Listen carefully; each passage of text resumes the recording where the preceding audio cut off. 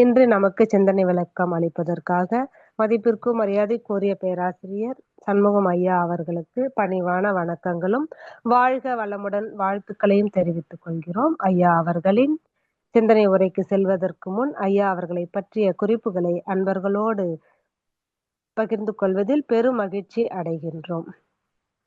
மதிப்பிற்கும் மரியாதைக்கும் உரிய உலக சமுதாய சேவா சங்கத்தின் பேராசிரியர் அருள்நிதி சண்முகம் ஐயா அவர்கள் கடந்த 26 ஆண்டுகளாக மனவளக்கலையில் தங்களை இணைத்துக் கொண்டு சிறப்பாக குரு சேவை ஆற்றி வருகின்றார்கள். செய்யாறு மனவளக்கலை மன்ற அறக்கட்டளை நிறுவுவதற்கு ஐயா அவர்கள் முக்கிய காரணமாக அமைந்த சிறப்புக்குரியவர்கள் ஆவார்கள். உலக சமுதாய சேவா சங்கத்தின் மண்டலங்கள் ஆரம்ப காலத்தில் பாண்டிச்சேரி, சென்னை, வேலூர் இந்த 3 பகுதிகளை சார்ந்த அறக்கட்டளைகளின் ஒருங்கிணைப்பாளராக சிறப்பாக சேவை செய்துள்ளார்கள். மேலும் ஐயா அவர்கள் பிஎஸ்சி, பிடி பட்டம் பெற்றவர்கள். யோகமும் மனித மாண்பும் கல்வியில் எம்ஏ, எம்ஃபில் பட்டம் பெற்றவர்கள். தக்கோலத்தில் பள்ளி ஆசிரியராகவும் எல்ஐசியில் டெவலப்மெண்ட் ஆபீசராகவும் பணியாற்றியவர்கள். 1998-99 ஆண்டு 200 அன்பர்களை அருள்நிதி பயிற்சிக்கு ஏற்பாடு செய்தவர்கள் ஆவார்கள். 2004 ஆண்டு 15 அன்பர்களை துணை பேராசிரியர்களாக உருவாக்கியுள்ளார்கள். இத்தகைய பல்வேறு சிறப்புகளை உடைய ஐயா அவர்களை வணங்கியும் வாழ்த்தியும் உணர்தல் இயக்கம் என்ற தலைப்பில் சிறப்புரையாற்றுமாறு அன்போடு அழைக்கின்றோம். வாழ்க வளமுடன் ஐயா. வாழ்க வையகம், வாழ்க வளமுடன். குரு வாழ்க, குருவே துணை.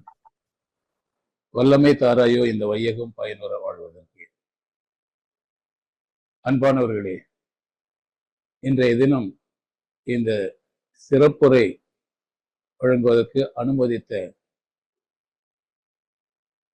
பத்மஸ்ரீ அருள்நிதி எஸ்கே ஐயா அவர்கள், உலக சமுதாய சேவா சங்க தலைவர், அவர்களுக்கு வணக்கத்தையும் நன்றியினையும் தெரிவித்துக் கொண்டு, ஆழியாறு WCSC மென்பொருள் கழக உறுப்பினர்கள் அனைவருக்கும் நன்றியினையும் வணக்கத்தையும் தெரிவித்து, இந்த உரையை செவிமடுக்க காத்திருக்கின்ற ஆன்மநேய அன்பர்களாகிய தங்களுக்கும் நன்றியும் வணக்கங்களையும் தெரிவித்து,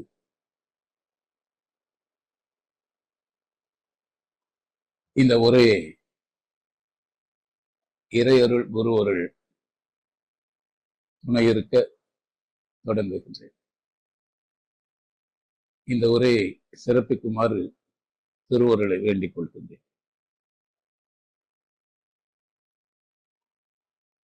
அன்பானவர்களே,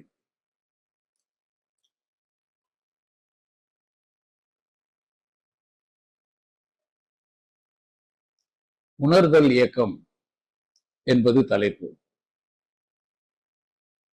எத்தனையோ இயக்கங்கள் நடைபெற்றுக் கொண்டிருக்கின்றன. பிறந்ததிலிருந்து இறப்பு வரை. அதிலே மிக மிக இன்றியமையாததும் முக்கியமானதுமாக உணர்தல் என்பதுதான் இருக்கின்றது. அதில் குறிப்பாக சொல்ல போனோமானால், உணர்தல் என்பது எல்லா உயிரினங்களிலும் இருக்கின்றது. உணர்கின்றனவை அவற்றுக்கு என்ன தேவை என்பதையெல்லாம் உணர்ந்துதான் அந்த தேவைகள் நிறைவேற்றிக் கொள்ளப்படுகின்றன. ஆனால் முத்தாய்ப்பாக மனிதனில் மட்டும் அவன் என்ன உணர்ந்து கொண்டான் என்பதையும் உணர்கின்ற ஆற்றல் அதிகப்படியாக இருக்கின்றது.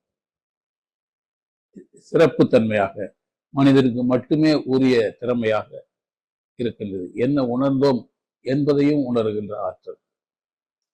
அதைத்தான் நாம் 6ஆம் அறிவு என்று சொல்லுகின்றோம்.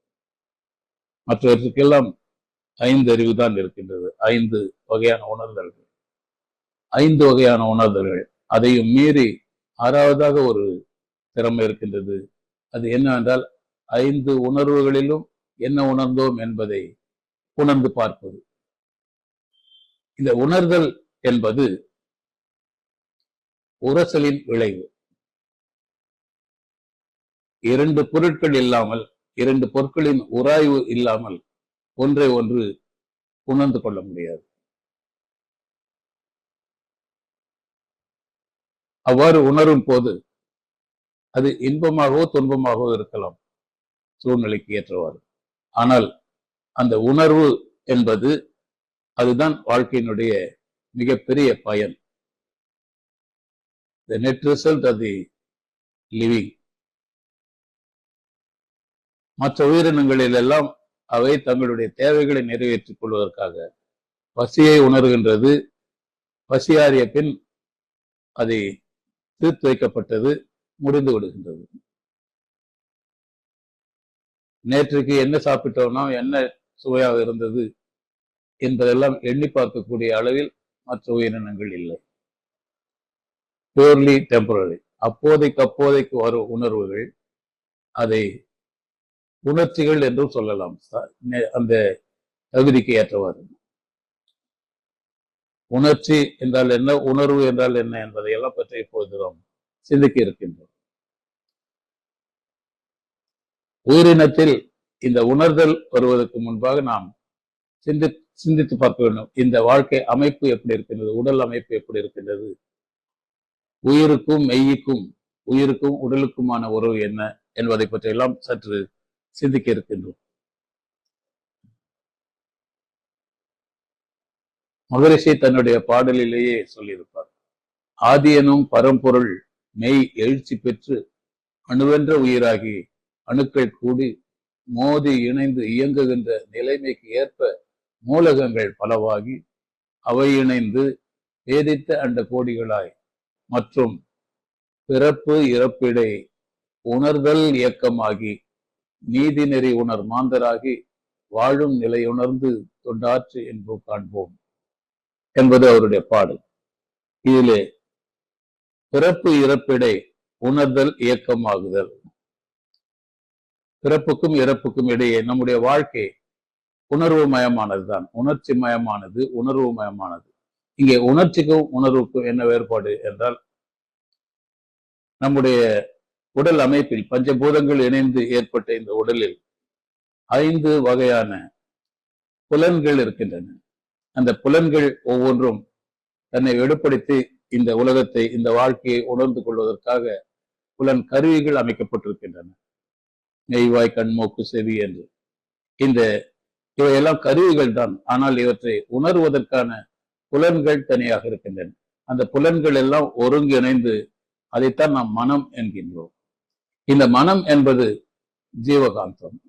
ஜீவகாந்தம் எங்கிருந்து வந்தது என்றால், இந்த பஞ்சபூதங்களில் இருந்து, பஞ்சபூத கூட்டிலிருந்து 5 வகையான புலன் ஆற்றல், அவை விரிவலைகள் எனப்படும். இந்த உடல் செல்களில் இருந்து ஒவ்வொரு அணுவிலிருந்தும் சுழன்று சுழன்று வெளியேறுகின்ற விரிவலைகள் எல்லாம் ஒன்றாக இணைக்கின்றன. அவை பஞ்சபூதங்களில் இருந்து வெளியேற்றப்படுவதால் பஞ்சபூதங்கள் அனைத்தும் இந்த மனம் என்ற கருவிக்கு அத்துப்படியான விஷயம்.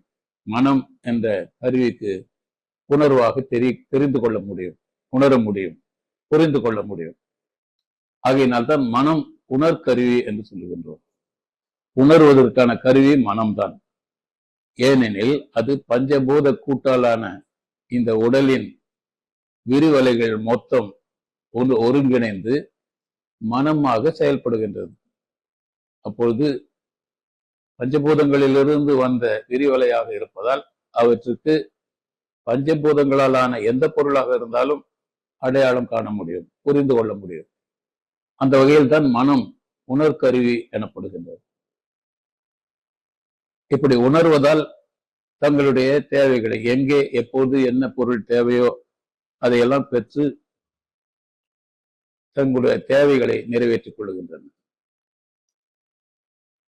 இதிலே இந்த உணர்ச்சியில் மயங்கி அதனால் லயமாகின்ற நிலை, மயங்குகின்ற நிலை எப்பொழுது ஏற்படுகிறது என்றால், இந்த மன அலைச்சுழல் வேகம் அதிகமாக இருக்கும் போது,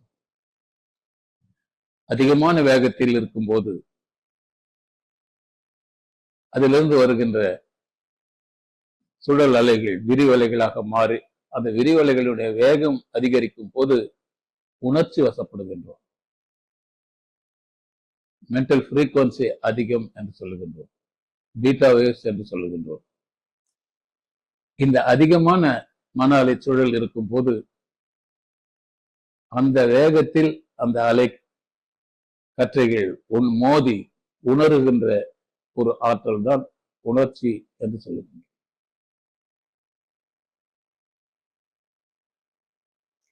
வேகம் அதிகமாக இருக்கும்போது உணர்வதெல்லாம் உணர்ச்சி வேகமாக இருக்கும். உணர்ச்சி வயப்படுதல், சிந்திப்பதற்கெல்லாம் முடியாது, ஆழ்ந்த சிந்தனை கிடையாது. ஆழ்ந்த சிந்தனை இல்லாத விஷயங்கள் எல்லாம் மேலோட்டமாக மிகுந்த வேகமாக பண்படாத அலைகளாக பண்படாத உணர்ச்சிகளாக இருக்கும். அதைத்தான் சொல்லுகின்றார்கள் காம குரோத லோபம் மோக மதம் ஆச்சரியம் என்று. இப்பொழுது நான் கூறிய அந்த ஆறும் பேராசை, சினம், கடும்பற்று, தற்பழிவு, ஏற்றத்தாழ் உணர்ச்சி, வஞ்சம் என்கின்ற இந்த அருகுணங்கள் பெரும்பாலும் மனிதர்கள் இந்த அருகுணத்தில் தான் இருக்கின்றார்கள். காரணம் என்னவென்றால் அவருடைய மன இயக்கம் வேகமாக இருக்கின்றது, அதிக விரைவான மன அலைச்சூழல். நிதானமாக சிந்திப்பதற்கோ அதில் எது தேவை என்று தீர்மானிப்பதற்கோ அவகாசம் இல்லாத அளவுக்கு மனம் வேகமாக இயங்கிக் கொண்டிருக்கின்றது. சரி, அப்படி ஒருவேளை மன அலைச்சூழல் வேகத்தை குறைத்தால் என்ன வரும் என்றால் விவேகம் வரும். வேகத்தை குறைத்தால் விவேகம். வேகமாக இருக்கும்போது நடைபெறுகின்ற அறிவின்மையால் செய்யப்படுகின்ற காரியங்கள் எல்லாம் அறிவோடு கூடி செய்தால் எப்படி இருக்குமோ அப்படி மாறிவிடும். பேராசை நிறைமனமாகவும், சினம் பொறுமையாகவும்,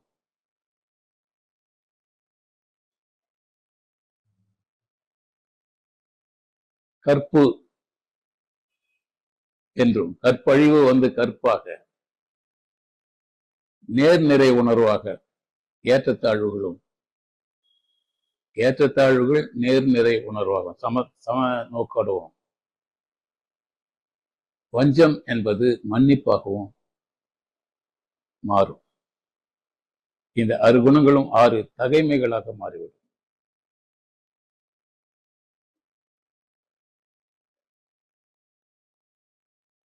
இந்த அருகுணங்கள் இருக்கும்போது ஒரு மனிதனுடைய தகுதி வேறு. இந்த அருகுணங்களும் தகைமைகளாக மாறிய பிறகு அவருடைய தகுதி வேறு. என்ன பெரிய வேறுபாடுகள் இருக்கும் என்றால், முதலில் நாம் சொன்னது உணர்ச்சி வயப்பட்ட நிலையில் எல்லா காரியங்களையும் தனக்காகவே செய்கின்ற குணம் மேலோங்கி இருக்கும், சுயநலமாக. மற்றவர்களுக்கு வாய்ப்பு அளிக்காத வகையில் பொறாமைப்படுதல், மற்றவர் பொருளை அபகரித்தல், மற்றவர்களின் ஒழுக்கத்தை பற்றி கவலைப்படாமல் இருப்பது, சமத்துவம் பேணாமை, நம்மை போல ஒரு உயிர்தான் என்பதை மறந்து கேவலப்படுத்துவது, ஏதாவது ஒரு தீங்கு செய்தால் அதை திருப்பி செய்வதற்கு காத்திருப்பது, பல மடங்காக திருப்பி செய்வதற்கு காத்திருப்பது, வஞ்சம், பழி கூறுதல், இவையெல்லாம். இந்த மோசமான குணங்களை எல்லாம் நாம் தவிர்க்க வேண்டுமானால் நம்முடைய மன அலைச்சூழல் வேகம் குறைய வேண்டும். சரி, அதை எவ்வாறு குறைப்பது? மன அலைச்சூழல் வேகம் குறைப்பது என்றால் ஏதாவது சுவிட்ச் அல்லது பட்டன் இருக்கின்றதா என்றால் இல்லை. அதற்காகத்தான் நமக்கு நம்முடைய குரு பிரான் மகரிஷி அவர்கள் தவ முறைகளை பயிற்றுவித்திருக்கின்றார். தவம் பயிற்சி செய்கின்றோம் ஏராளமாக. எப்போதெல்லாம் முடியுமோ அப்போதெல்லாம் தவம் செய்து நம்முடைய மன வேகத்தை குறைக்க வேண்டும். மன வேகத்தை குறைப்பதற்காகத்தான் தவ பயிற்சி. தவம் செய்தால் அது கிடைக்கும் இது கிடைக்கும் என்பதெல்லாம் இல்லை. தவம் செய்தால் மனச்சூழல் வேகம் குறையும். மென்டல் ஃப்ரீக்வன்சி குறைந்தது என்றால் அங்கே சிந்திப்பதற்கு வாய்ப்பு உண்டு. எது தேவை என்று ஆராய்ந்து பார்ப்பதற்கு வாய்ப்பு உண்டு. இந்த செயல் நாம் செய்ய வேண்டுமா செய்யக்கூடாதா என்பதை தீர்மானிக்கின்ற ஆற்றல் வரும். ஒன்றினின்று அறிவை பழக்க உறுதி, நுட்பம், சக்தியை அதிகமாகும். அன்றென்று அடையும் அனுபவங்கள் எல்லாம் அறிவினிலே நிலைத்துவிடும். அதுதான் பதிவுன்னு சொல்றோம். நன்றென்று கண்டபடி செயல்கள் ஆற்றும் நற்பண்பு புலன்களுக்கு அமைந்து போகும் என்று கூறுகின்றார். இதில் நாம் செய்ய வேண்டியது ஒன்றுமில்லை. மன அலைச்சூழல் வேகம் குறைவதற்கான பயிற்சியாக தவம் ஏற்றும் பயிற்சியை செய்ய வேண்டும். அந்த பயிற்சியை செய்து கொண்டிருக்கும் போது தானாக வேகம் குறைகின்றது. வேகம் குறைந்ததனால் நன்றென்று கண்டபடி செயல்களாற்றும் நற்பண்பு புலன்களுக்கு அமைந்து போகின்றது.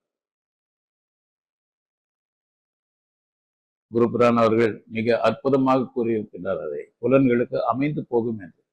இதில் நம்முடைய சாதனை எதுவும் இல்லை. தவம் செய்கிறோம், மன அலைச்சல் வேகம் குறையுது.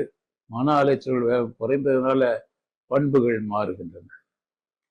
சீர்திருத்தப்பட வேண்டிய அருகுணங்கள் எல்லாம் திருந்திய குணங்களாக, தகைமைகளாக மாறுகின்றன. மனிதனுடைய தரம் உயர்கின்றது. இதை சாதிப்பதற்கு என்ன வேண்டும் என்றால் குரு பக்தி வேண்டும். எப்பொருளை, எச்செயலை, எக்குணத்தை ஒருவர் அடிக்கடி நினைந்தால் அப்பொருளின் தன்மையாய் நினைப்போர் ஆற்றல் அறிவினிலும் உடலினிலும் மாற்றம் காணும். இப்பெருமை இயல்போக்க நியதியாகும். எவர் ஒருவர் குருவை மதித்து ஒழுகினாலும் தப்பாது குரு உயர்வு மதிப்போர் தம்மை தரத்தில் உயர்த்தி பிறவி பயனை நல்கும் என்று பாடலில் குறிப்பிட்டுள்ளார். ஆகையினால் குரு பக்தியோடு அவர் தந்த பயிற்சிகளை இயற்றும் போது அந்த பயிற்சியினால் விளையும் நன்மை என்னவென்றால் மன அலைச்சல் வேகம் குறையும். வேகம் குறைந்தவுடனே பண்புகள் மாறிவிடுகின்றன. தீய பண்பு நற்பண்பாக மாறிவிடுகின்றது. நற்பண்பு என்று சொல்லும் போது அதனுடைய பயனான வாழ்க்கை இனியதாக, ஆனந்தமாக இருக்கும். மன அலைச்சல் வேகம் என்று சொல்லும் போது அது நான்கு வகையாக இருக்கின்றது. பீட்டா வேவ்ஸ் 14 to 40 என்று சொல்லுவோம், அல்லது 40 to 14 சொல்லலாம். 40 14 வரை பீட்டா வேவ்ஸ் என்றும், 13 8 வரை ஆல்பா வேவ்ஸ் என்றும், 7 4 வரை தீட்டா வேவ்ஸ் என்றும், அதற்கும் கீழே 3 1 வரை டெல்டா வேவ்ஸ் என்று சொல்லுகின்றோம். அதற்கு பிறகும் குவியும் போது அது 0, சமாதி நிலை என்று சொல்லுகின்றோம். இந்த மன அலைச்சூழல் வேகம் குறைவதுதான் நம்முடைய எல்லா பயிற்சிகளினுடைய பிரதான நோக்கம். மன அலைச்சூழல் வேகம் குறைந்தாலே குணங்கள் மாறிவிடும். இந்த குணங்களுக்கெல்லாம் அடிப்படை பதிவுகள். அந்த பதிவுகள் செயல்பட முடியாமல் போகின்றது வேகம் குறைந்து வரும்போது. வேகமான இயக்கம் இல்லாததனால் அது மங்கி விடுகின்றது. அதில் உள்ள வினை பதிவுகள் எல்லாம் உதிர்ந்து விடுகின்றன. அவை அங்கே செயல்பட முடிவதில்லை. ஆகையினால்தான் இந்த மையத்திற்கு செல்லுகின்ற பயிற்சி, தவம் இயற்றி கருமையத்தின் மையப்புள்ளியை அடைகின்ற முயற்சியில் எவ்வளவு தூரம் முன்னேறுகின்றோமோ அந்த அளவுக்கு நம்முடைய பதிவுகள் எல்லாம் விலகி கொண்டே இருக்கும். இதற்கு வேறு தனியாக மந்திரம், தந்திரம் என்று பயிற்சிகள் எல்லாம் சொல்லப்படுகின்றன. ஆனால் இதுதான் உண்மை. இந்த உண்மையை நிலைநாட்டுவதற்காக துணை புரிகின்ற டூல்ஸ், துணை புரிகின்ற கருவிகள் தான் மற்ற போதனைகள் எல்லாம். முழுமையாக பயன்பெற வேண்டும் என்றால் தவம் மாற்ற வேண்டும். தவம் செய்யும் போது பண்புகள் மாறிவிடுகின்றன. இந்த தவம் ஏற்றுவதில் விரிவலைகளினுடைய சுழற்சி வேகத்தை குறைப்பதை பற்றி தான் நாம் சொன்னோம். நாம் குறைப்பதல்ல, அது குறைந்து விடும்.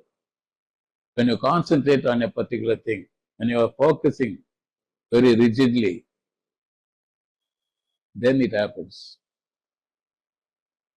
ரொம்ப கடுமையான தீவிரத்துடன் நாம் ஒன்றை கவனிக்கும் போது நம்முடைய கவனம் ஒருமுனைப்படுத்தப்படுகின்றது. ஒருமுனைப்படுத்துவது என்பதே மிகவும் வேகம் குறைந்து வேகம் நின்று வருவதுதான். இந்த உணர்தல் எப்பொழுது நடைபெறுகிறது என்றால், ஒரு அலை இன்னொரு அலையோடு மோதும் போது என்று சொல்ல வேண்டாம், உரசும் போது என்று சொல்லலாம். Friction makes it possible. ஒன்றோடு ஒன்று உராயும் போது எதிலே நாம் உராய்கின்றோம் என்று இது உணர்கின்றது. ஏனென்றால் இந்த அலைகள் உயிரின் அலைகள். நீங்கள் படித்திருக்கலாம், மனம் என்பது உணர்கருவி. மனமாக இருக்கின்ற அந்த ஜீவகாந்த அலைகள் உரசலினால் வெளிப்படுகின்றன. உரசும் போது அவை ஒன்றோடு ஒன்று மோதி எதனோடு மோதினோம் என்பதை உணர்கின்றது. ஆகையினால் மனம் உணர்கருவி. உணர்வதற்கு என்ன பாசிபிலிட்டி இருக்கு? உணர்வதற்கு எப்படி ஏதுவாகின்றது என்றால், இந்த ஜீவகாந்தம் அனைத்தும் 5 பஞ்சபூதங்களிலிருந்து வந்த விரிவலைகள். பஞ்சபூதத்திலிருந்து வந்த விரிவலைகள், பஞ்சபூதத்தால் ஆக்கப்பட்ட பொருள்கள் தான் இங்கே பிரபஞ்சம் எங்கும் இருப்பது. நாம் எதிலிருந்து புறப்பட்டு வந்ததோ அந்த பொருளால் ஆன மற்றொரு பொருளை இது அந்த பொருள் தான் என்று உணர்ந்து கொள்ளும். தங்கத்தை ஏற்கனவே பார்த்தவர்கள் தான் தங்கம் போல இருக்கு இது அப்படின்னு சொல்லுவாங்க. தங்கத்தை முன்ன பின்ன பார்க்காதவங்க இது தங்கத்தால் ஆனது என்று சொல்ல முடியாது. அப்படித்தான் இந்த மனம் கூட. மனம் எல்லாவற்றையும் ஏற்கனவே அறிமுகமாகி இருக்கிறது. ஏனென்றால் அந்த பஞ்சபூதங்களில் இருந்துதான், மூலப்பொருள்களில் இருந்துதான் அவை வெளியேறி இருக்கின்றன. ஆகையினால் எல்லா பஞ்சபூதங்களையும் அதற்கு நன்றாக தெரியும் என்பதால் எங்கே எந்த பொருளின் அலைகள் உரசினாலும் அது என்ன பொருள் என்பதை அது கண்டுபிடித்து விடுகின்றது. இது மூலகங்களின் உரசல் கண்டுபிடிக்கின்ற இந்த உணர்ச்சிகள். நன்றாக கவனித்துக் கொள்ளுங்கள், இதை உணர்ச்சிகள் என்று சொல்லுகின்றன. இது உணர்வு அல்ல. உணர்வு என்பது இந்த பஞ்சபூத பொருட்களிலிருந்து வெளிவருகின்ற அலைகள் உரசுவதால் ஏற்படுகின்ற உணர்வு என்பது மிக ஆழமானது. அது ஒன்றும் இல்லாதது, உருவம் இல்லாதது, வடிவம் இல்லாதது. அது பொருள் அல்ல, அலை. அலை கூட அல்ல, அது ஒன்றும் இல்லாதது என்று சொல்லலாம். இந்த ஒன்றுமில்லாத ஒன்று மோதும் போது என்ன நடக்கும்? இது எப்படி நடக்கின்றது? உணர்கின்றது எப்படி என்றால், மனமாகிய இந்த ஜீவகாந்தம்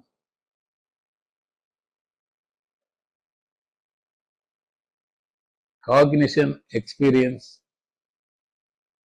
டிஸ்கிரிமினேஷன் என்று 3 சொல்லியிருப்பார் மகரிஷி. காக்னிஷன் என்பது என்ன என்றால், தன்னுடைய அந்த அலைகள் தான் சந்திக்கின்ற பொருளின் வடிவத்தை எடுக்கின்றன. முதலில் நாம் இப்போது ஒரு வாழைப்பழத்தை பார்க்கின்றோம் என்றால் நம்முடைய மனம் வாழைப்பழத்தினுடைய வடிவமாக மாறிவிடுகின்றது. இட் காக்னைசஸ். இந்த காக்னிஷன் என்ற செயல் முடிந்ததும் அந்த அலையில் இருக்கின்ற நான் அந்த பழத்தை அனுபவிக்கின்றேன். I enjoy it.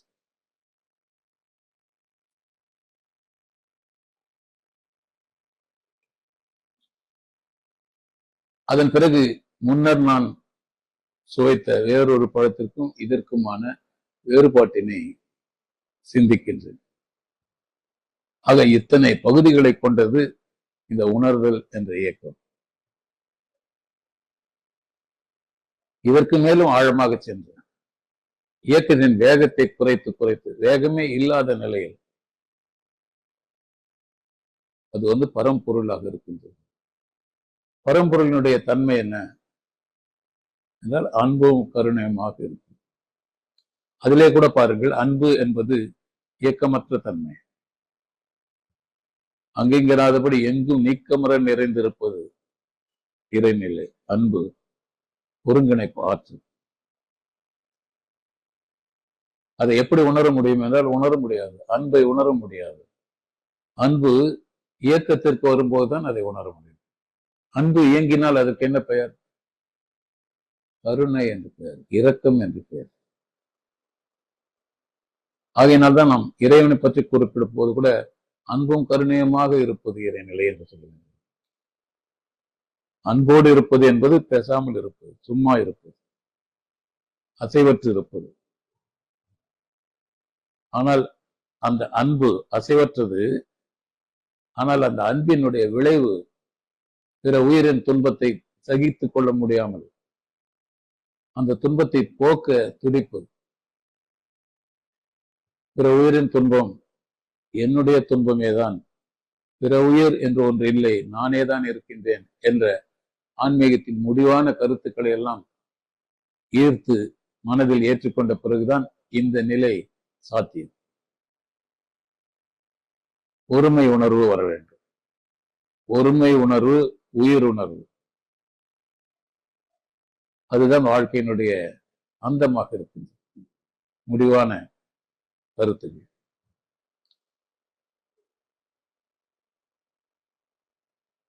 இந்த ஒவ்வொரு நிலையிலும் beta waves, alpha waves, theta waves, delta waves என்று சொன்னோமே, அதில் பீட்டா வேவ்ஸ் என்பது 40 14 வரை அலைச்சூழல் கொண்டது.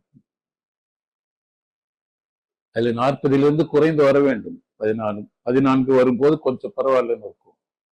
40 இருந்தால் தன்னை மறந்து என்ன வேண்டுமானாலும் செய்வார்கள். கொலையே செய்தாலும் அவர்களுக்கு தெரியாமலே செய்து விடுவார்கள். அவர்களுடைய தன்னுடைய உணர்வு இல்லாமல், தன்னுடைய நாலேஜ், தன்னுடைய அறிவுக்கு அது தெரியாமலேயே ஒரு காரியத்தை செய்து விடுவார்கள். அவ்வளவு வேகம். பெரும்பாலான குற்றவாளிகள் எல்லாம் இந்த பீட்டா வேவ்ஸ்ல செயல்படுறவங்க தான், சமூக குற்றவாளிகள். அதிலிருந்து கொஞ்சம் பண்படும் போது ஆல்பா வேவ்ஸ் தியானம்னு ஒண்ணு ஆரம்பிச்சு, ஆல்பால புருவ மத்தியில மனசை வச்சு கொஞ்ச நேரம் உட்காருங்கன்னு சொல்ற போது அந்த நிலையில் அமர்ந்து சற்று அமைதி பெறுபவர்கள் தான் அடுத்த நிலைக்கு செல்கின்றார்கள். முன்னர் கூறியவாறு பீட்டா வேவ்ஸ்ல இருக்கிறவங்க செய்யற அந்த தீவிரமான அடாவடித்தனமான செயல்கள் எல்லாம் அவர்கள் செய்ய மாட்டார்கள். அதனிலும் குறைந்து வரும்போது ஆல்பா வேவ்ஸ்லயே அதிகமா இருக்கிற 13 7 வரைக்கும் வரணும் இல்லையா? அந்த 7 வரைக்கும் வர்ற போது கொஞ்சம் கொஞ்சமாக பண்பட்டு விடுவார்கள்.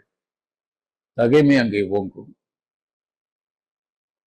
பொறுமை இருக்கும், மற்றவர்களை பற்றிய சிந்தனை அதிகம் இருக்கும், அவர்களுடைய நலன், பிற உயிரின் நலன் காக்கின்ற மனநிலை வரும். அதனிலும் நுணுகி போகின்ற போது தீட்டா வேவ்ஸ் என்று சொல்லுங்கள்.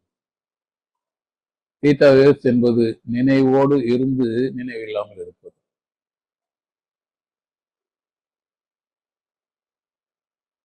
தீட்டா வேவ்ஸ் என்கின்ற அந்த நிலையில் 4 3 வரை, சாரி 4 3 டெல்டா, 7 3 வரை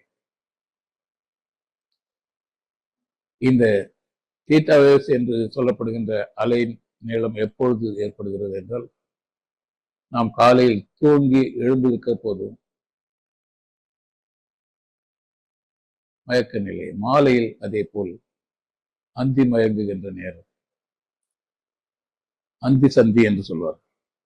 அந்த நேரங்களில் எல்லாம் நமக்கு ஒரு மன அலைச்சூழல் மத்தியமமாக இருக்கும், அதாவது நடுநிலையில் இருக்கும். ஆல்பாவில் இருக்கா பீட்டாவில் இருக்கா அப்படின்ற சந்தேகம் இல்லாம ஆல்பாவில் இருக்கா பீட்டாவில் இருக்கா அப்படின்னு சந்தேகப்படுற மாதிரி ரெண்டுத்துலயும் சேர்ந்த மாதிரி இருக்கு. மயங்குகின்ற நேரம் அந்தி சந்தி என்று சொல்வார்கள். அதுதான் தியானம் செய்வதற்கான நேரம். மாலையும் இரவும் சந்தித்துக் கொள்ளும் போது, காலையும் பகலும் சந்தித்துக் கொள்ளும் போது, அந்த நேரத்தில் தவம் ஏற்ற தொடங்கினால் இந்த மயக்க நிலையில் இருப்பதால், ரெண்டு அலைவரிசையிலுமாக இருப்பதால் தெளிவில்லாமல் இருக்கும். ஆனால் அந்த நேரத்தில் நாம் மன அலைச்சல் வேகத்தை மிக வெகுவாக குறைக்க முடியும்.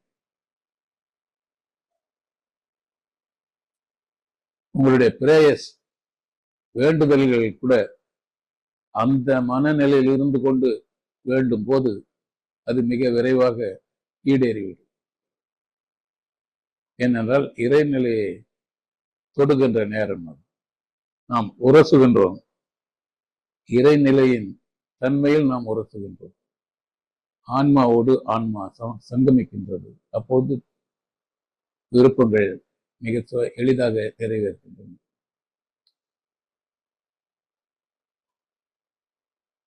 இந்த உணர்வுகள் என்னும் போது உரசல்கள் சொன்னோம். உரசல் ஏற்பட்டால்தான் இந்த உணர முடியும். உரசல் வேண்டும் என்றால் இரண்டு பொருட்கள் இருக்க வேண்டும். பெரும்பாலும் ஆன்மீகத்தில்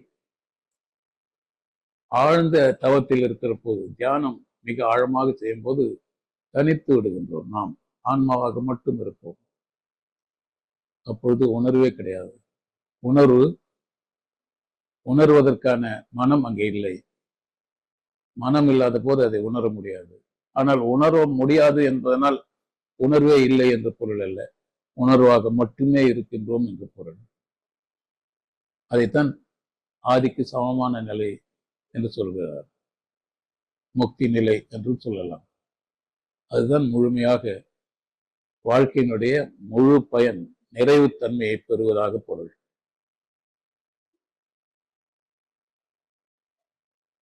இவ்வாறு உணர்தல் பலவிதமாக இருந்தாலும் அதை சீரமைத்துக் கொள்ளக்கூடிய வழிகளை எல்லாம் நம்மர்கள் உலகில் தோன்றிய சித்தர் பெருமான்களும் முனிவர்களும் ஞானிகளும் அதையெல்லாம் ஆய்ந்து கண்டுபிடித்து மக்கள் சேவைக்காக தந்தருள் இருக்கின்றார்கள். அவற்றையெல்லாம் ஆழ்ந்து படித்து புரிந்து கொண்டு வாழ்க்கையில் நாம் பயன்படுத்திக் கொள்ள வேண்டும். இந்த புரிதல் வேண்டும் என்றால் நாம் சில உதாரணங்களை பார்க்க வேண்டும்.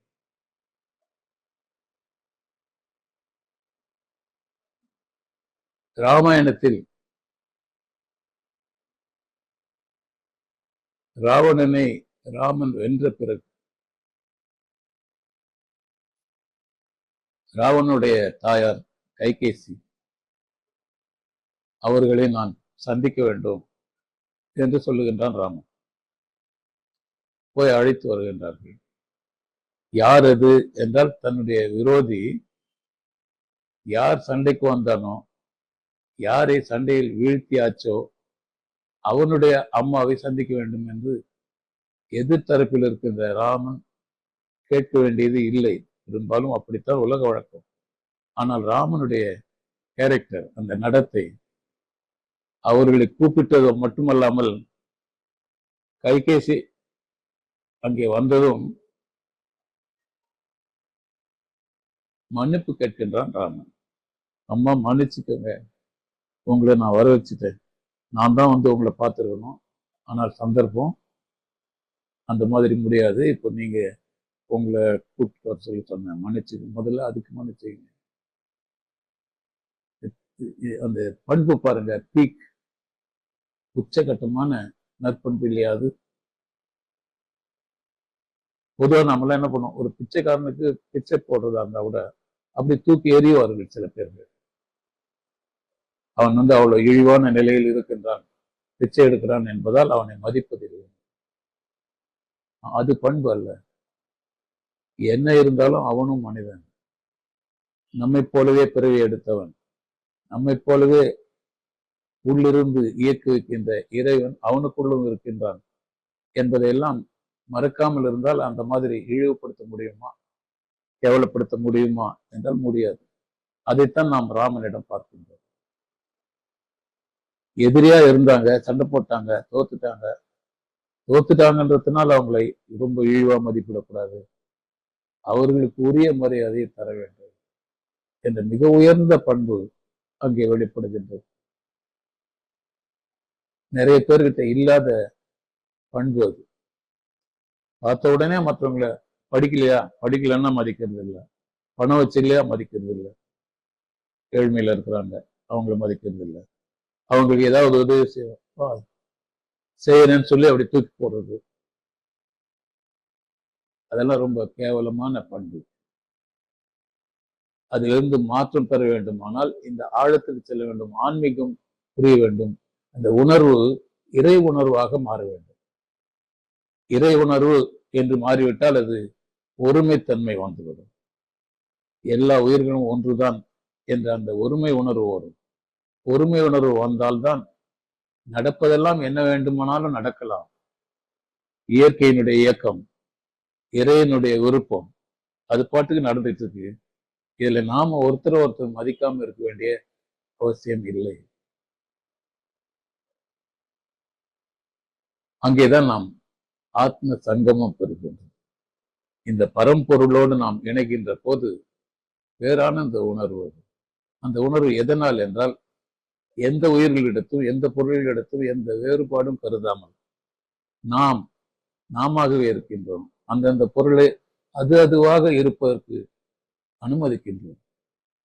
அப்போது ஏற்படுகின்ற இன்பம் அதுதான் பேரின்பம், பேரானந்தம் என்று சொல்லுகின்றோம். மகாபாரதத்தில் பாருங்கள், ஒரு அக்கிரமமான காட்சி. திரௌபதியை துகில் இருக்கின்றார்கள். அடாவடித்தனமான, முரட்டுத்தனமான, சற்று நியாயம் இல்லாத, பண்பில்லாத செயலாக துரியோதனன் சபையில் நிறைவேறுகின்றது. ஆனால் அங்கே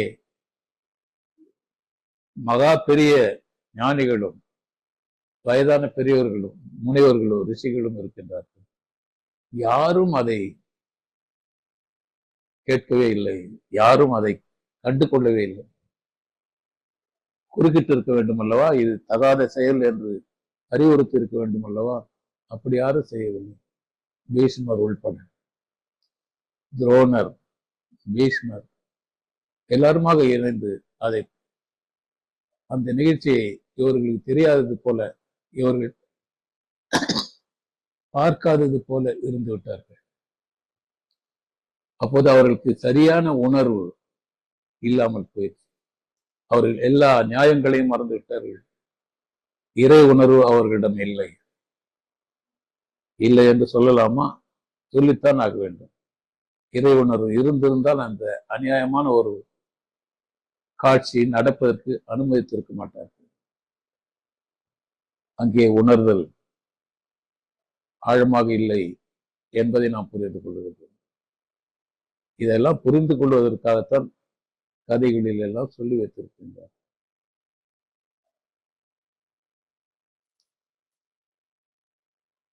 உணர்வு என்பது மிக மிக முக்கியமானது. உணர்வு ஏதோ நாம் எப்போது ஒரு பழத்தை பார்த்து ஆசைப்படுகின்றோம், அந்த ஆசையை நிறைவேற்றிக் கொள்வதற்காக பழத்தை பறித்து உண்கின்றோம். அதோடு போவதில்லை. அது அந்த உணர்வு, இந்த பழம் எப்படி வந்தது, அதனுடைய மூலப்பொருள் என்ன என்பதையெல்லாம் சிந்தித்து அதை உண்ண வேண்டும். அப்படி பார்க்கும்போது எல்லா பொருளும் மூலத்தில் ஒன்றாக இணைந்து விடுகின்றன.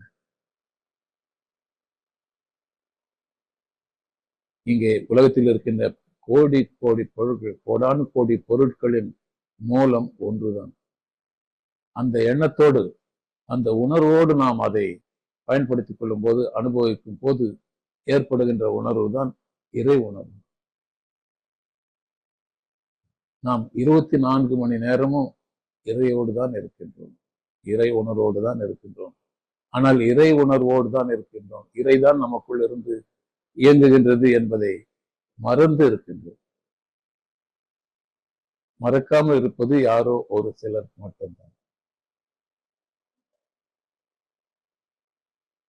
ரிஷிகளை குறிப்பிட்டவாறு ஒரு கோடியில் ஒருத்தர் தான் அந்த உணர்வோடு இருக்கிறார். எந்த உணர்வில் இருக்கின்றோமோ அந்த உணர்வையும் உணர்வது என்ற நிலையில் சூப்பர்லேட்டிவ், அதிகபட்சமான உச்சபட்சமான உணர்வு நிலை.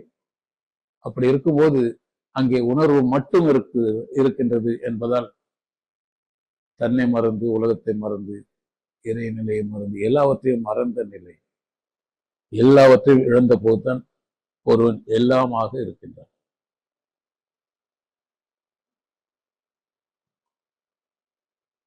இந்த அன்பு என்பது இயக்கமாகி வெளியே வர வேண்டும், வெளிப்பட வேண்டும், இரக்கமாக, கருணையாக. மிக நல்ல சிறந்த பண்பு எது என்றால்,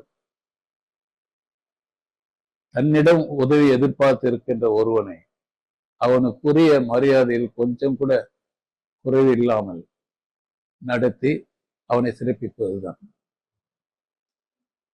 நமக்கெல்லாம் தெரியும், அலெக்சாண்டர் புருஷோத்தம்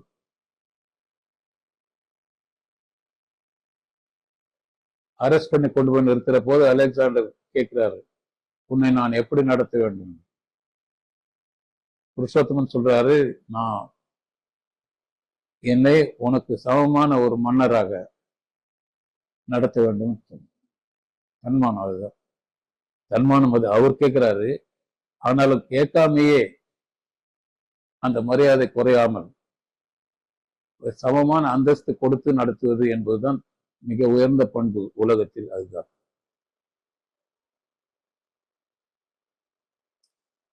ஒரு கடையில் மளிகை பொருட்கள் வாங்குவதற்காக ஒரு தந்தை தன்னுடைய மகளோடு செல்கிறார். உண்மையில் அவரிடம் பணம் இல்லை, ஏதோ கொஞ்சம் இருந்தது, அதை கொடுத்துட்டாரு. ஆனால் எடுத்து வைத்திருக்கிற பொருள்கள் எல்லாம் அதை விட அதிகமான விலை உள்ளது. இதையெல்லாம் எடுத்து வச்சுட்டு என்ன பண்ணலாம், இப்போ யாரும் பார்க்காத நேரத்துல பேசாம போயிடலாமா நடந்து அப்படின்னா, இதை கவனித்த தன்னுடைய மகள் என்ன நினைப்பாள் நம்மை பற்றி? அப்பா ஏமாத்துறாங்கன்னு நினைக்க மாட்டாங்களா என்று தயங்கி கொண்டிருக்கிறார். இதை அந்த கடை முதலாளி பார்க்கின்றார். இவர் ஏதோ கையில இருந்த 100 ரூபாய் கொடுத்துட்டு ஏதோ வாங்கினாரு. அதுக்கப்புறம் எடுத்து பையில வச்சிருக்காரு. இந்த பொருள் எல்லாம் பணம் இல்லை போலக்கு.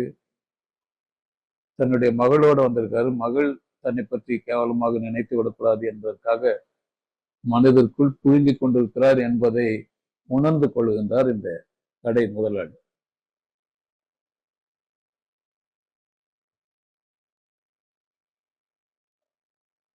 அப்போ அவர் கூப்பிடுறாரு. எதுக்காக கூப்பிடுறாரு சொன்னா, கையில அவர் கொஞ்சம் ஒரு 200-300 ரூபாய் வச்சுட்டு, நீங்க பணம் கொடுத்தீங்களா, இல்ல மிச்சம் வாங்காம போறீங்க, இந்தாங்க அப்படின்னு சொல்ற போது மகளுக்கு அப்போதுதான் அப்பா பணம் கொடுத்துட்டு இருக்காங்க, நாம தப்பா நினைச்சிட்டோம்னு நினைக்கும். இவருக்கு ஆச்சரியமா இருக்கு, நாம எப்போ பணம் கொடுத்தோம், நமக்கு மிச்சம் வர கொடுக்குறாரு. என்ன உயர்ந்த பண்பு! பொருளும் கொடுத்து பணமும் கொடுத்து ஏமாத்துல அவரு யோகியமா தான் நடந்துகிறார்ன்றதையும் நிரூபிக்க வேண்டிய அவசியம் என்ன இருக்கிறது என்றால், அதுதான் உலகத்தில் மிக உயர்ந்த பண்பு. தன்னிடம் உதவி கேட்பவரை தன்னை விட எந்த விதத்திலும் அந்தஸ்தில் குறைந்தவர் அல்ல என்று காட்டுவதுதான் உயர்ந்த பண்பு. சாதாரணமாக என்ன செய்கிறார்கள் என்றால், எனக்கு கொஞ்சம் பணம் கடன் கொடுக்க முடியுமா அப்படின்னு கேட்டதுமே, இங்க வா, அங்க வா, அந்த இடத்துல வந்து பாரு, நாளைக்கு வந்து பாரு, இன்னும் ஒரு வாரம் கழிச்சு பாருங்க, அலக்கழிச்சு, அதாவது கேவலப்படுத்தி அசிங்கப்படுத்தி அதுக்கப்புறம் உதவி செய்வாங்க. உதவியாது ஏன் அவர்கள் அப்படி செய்கிறார்கள் என்றால், அவர்களிடம் அந்த நியாயமான உணர்வு மலரவில்லை. உணர்வு உணர்வு என்று சொல்லிக் கொண்டிருக்கிறோமே, அது இறை உணர்வு தான். இறை உணர்வைத்தான் ஒவ்வொரு பொருளிலும் நாம் பார்க்கின்றோம்.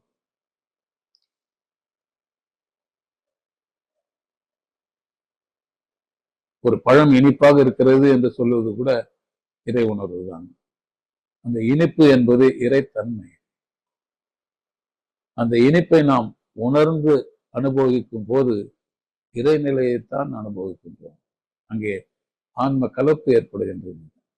நம்முடைய நான் என்ற இந்த ஆன்மா இறைநிலையோடு சேர்ந்து இன்புறுவதுதான் அது சாட்டிஸ்பாக்சன் என்று வருகின்றது, நிறைவுபடுத்திக் கொள்கின்றோம்.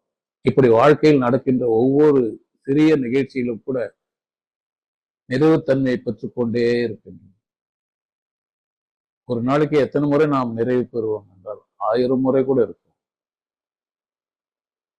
மூமெண்ட் பை மூமெண்ட், ஒவ்வொரு சன நேரமும் அதை நாம் அனுபவித்துக் கொண்டுதான் இருக்கணும். ஆனால் நிறைய பேருக்கு இது இந்த உணர்வு தான் என்று தெரியாது. அவர்கள் ஒரு பழம் ஆப்பிள் சாப்பிடுகிறார்கள் என்றால் ஆப்பிள்லயே நின்றுட்டு இருப்பாங்க. அந்த நினைவை அதுல இருந்து எடுத்துட்டு போறது. ஆப்பிள் சுவையா இருக்கு, அந்த சுவை எது? இந்த ஜீவகாந்தம். அந்த ஜீவகாந்த அலைகள் எங்க இருந்து வருது? பஞ்சபூத கூட்டில இருந்து வருது. அது வந்த விதம் எப்படி என்றால் அதுதான் இறைநிலையினுடைய சூழ்ந்தெழுத்தும் ஆற்றல் தான் இந்த விரிவலையாக வந்து இந்த சுவையை தருகின்றது என்ற அளவுக்கு அதை நீட்டித்து நினைத்து ஆழ்ந்து சிந்தித்தால் அந்த அனுபவம் இறை அனுபவமாக மாறும். அப்பொழுது இறை அனுபவம் இல்லாமல் எந்த வினாடியில் நாம் இருக்கின்றோம் என்றால் ஒரு வினாடியும் இல்லை. 24 மணி நேரமும் நாம் இறைநிலையை அனுபவமாக கொண்டிருக்கின்றோம். உண்மையில் அனுபவம் தான் இறைநிலை,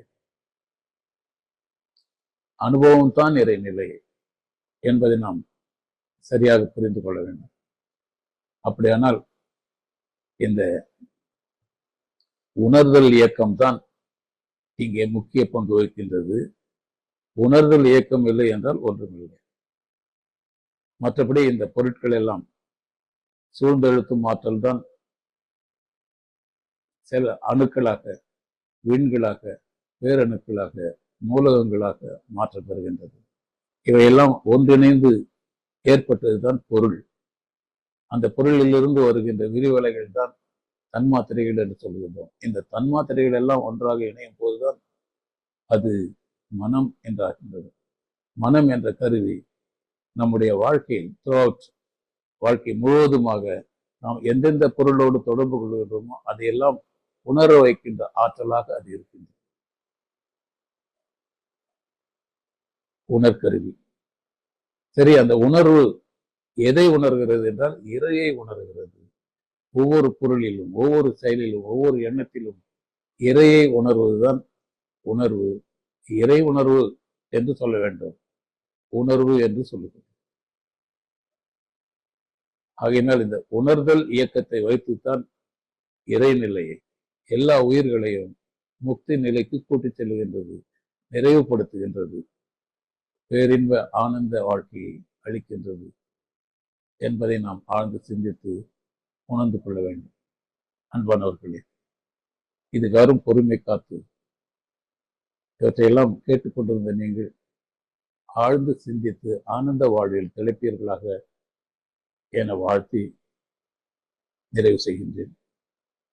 என்னுடைய இந்த வாய்ப்புக்கு நன்றி கூறி நிறைவு செய்து கொள்கிறேன். வாழ்க வளமுடன். வாழ்க வளம்.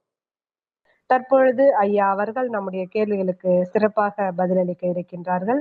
கேள்வி கேட்க விரும்பும் அன்பர்கள் தங்களுடைய கைபேசியை தாங்களே அன்மியூட் செய்து கொண்டு கேள்விகளை மட்டும் சுருக்கமாக கேட்கும் பொழுது அனைவருக்கும் அது பயனுள்ளதாக அமையும் என்பதை அன்போடு தெரிவித்துக் கொண்டு, முதலாவது அன்பராக சாமுண்டேஸ்வரி அம்மா அவர்களை அன்போடு அழைக்கின்றோம். வாழ்க வளமுடன் அம்மா. அம்மா வாழ்க வளமுடன்மா. வாய்ப்புக்கு நன்றிங்கம்மா. வாழ்க வளமுடன் ஐயா. வாழ்க வளமுடன்யா ஐயா. வாழ்க வளமுடன்யா. வாழ்க வளமுடன்மா. இருங்கம்மா, ஐயா அன்மியூட்ல இருக்காரு. சரிங்கம்மா, சரிங்க. இங்க பெங்களூர்ல இருந்து பேசுறாங்கம்மா. இந்த டவர் கிடைக்க மாட்டேங்குது, அடிக்கடி கட் ஆயிடும். ஓ சரிங்கம்மா. அடுத்த வாட்டி நான் வந்து உங்களுக்கு அட்மிட் பண்ணி கொடுக்குறேன், கட் ஆயிட்டாலும் தான். சரிங்களா? சரிங்கம்மா, சரிங்கம்மா. வாழ்க வளமுடன்மா. ஐயா ஐயா மியூட்ல இருக்கீங்க ஐயா, அட்மிட் பண்ணிட்டு நீங்க பேசலாங்க ஐயா.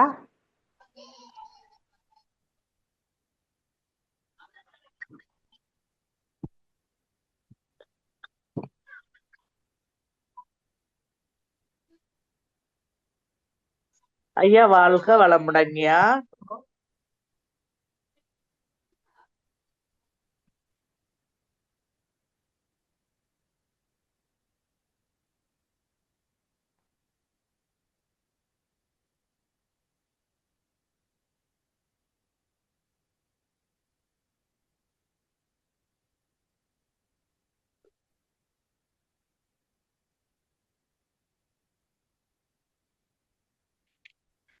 ஐயா வாழ்க வளமுடங்கய்யா. ஆமா ஐயா வந்துருவாரு, தெரியல என்னன்னு சொல்லிட்டு. சரிம்மா சரி. கொஞ்ச நேரம் வெயிட் பண்ணுவோமா? சரிம்மா. வாழ்க வளமுடன்.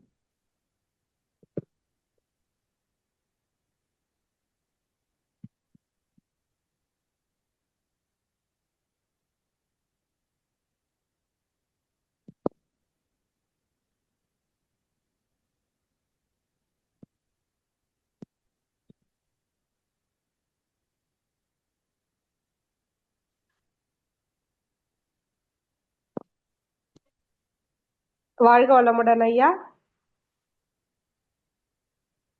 அன்மியூட் பண்ணிட்டு பேசலாங்க ஐயா.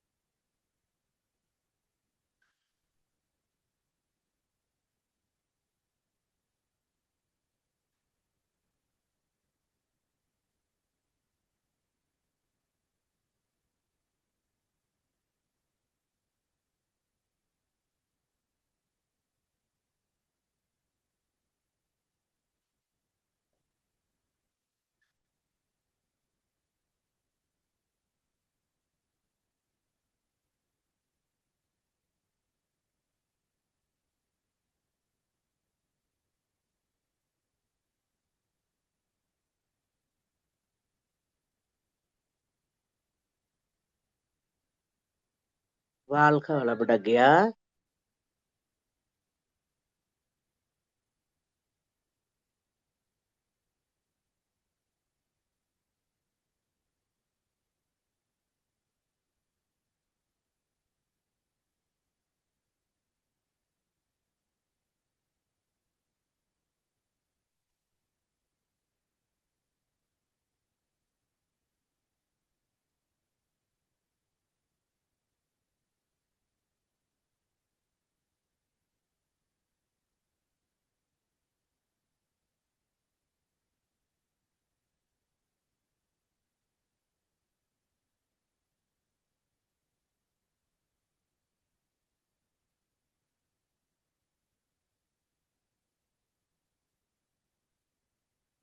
அம்மா வாழ்க வளமுடங்கம்மா. மிக சிறப்புங்கம்மா ஐயா ஊரை.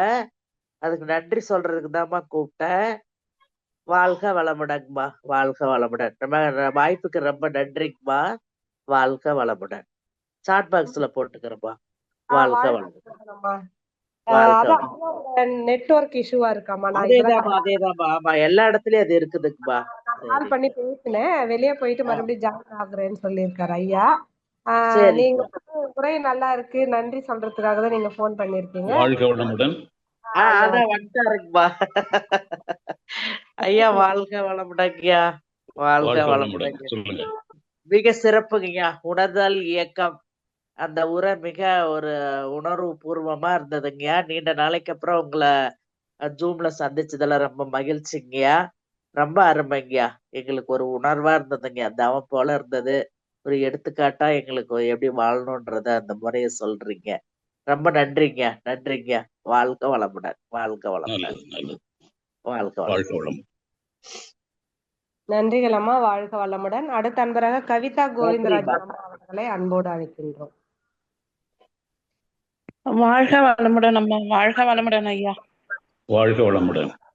ஐயா, அன்பு என்பது இயக்கமற்ற நிலை அப்படின்னு சொன்னீங்க. அதுக்கு அர்த்தம் விளக்கம் வேணும்.